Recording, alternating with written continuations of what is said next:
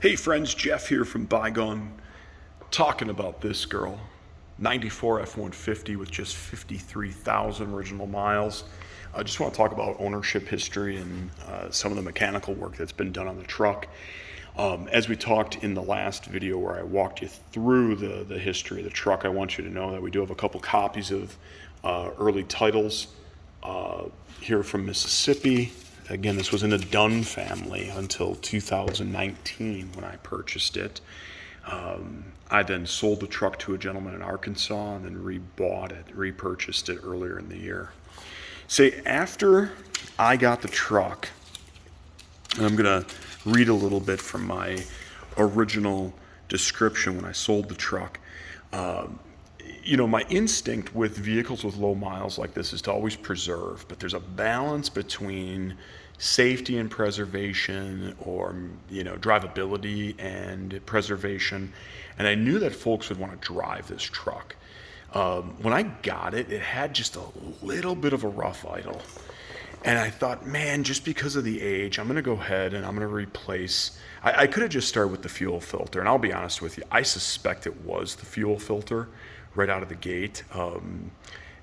But I went ahead and I put a fuel filter in, I put plugs in it, and I put a cap and rotor in it as well. I did not put wires in it. Again, with that preservation in mind, I thought I'm going to keep the wires here because those are all date coded and stuff, and those look cool.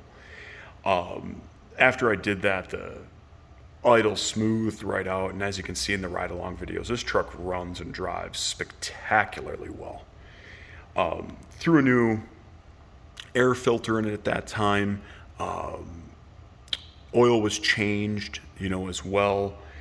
And I went ahead and I had the coolant flushed too. So I've got a receipt here.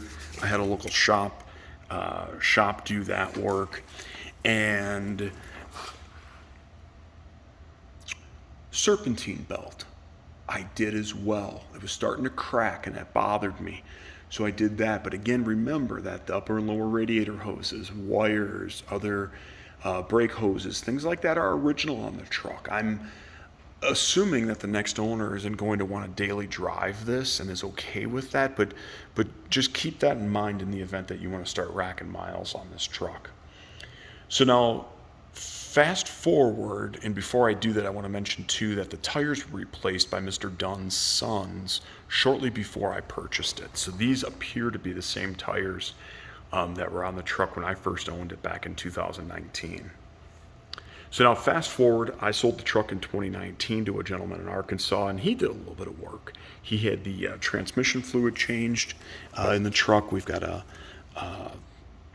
receipt for that here. And he was the gentleman who had the muffler put on. So the rest of the exhaust is all stock, including tailpipes, but then that muffler was installed. At this time, I think the truck runs and drives great. I've put about another 75, 80 miles on it since I've had it back, and I'm digging it. Wait till you drive this thing and get to hear it shift, feel it shift. That torque converter lockout is so nice and smooth on this truck. But we do have some really nice verification.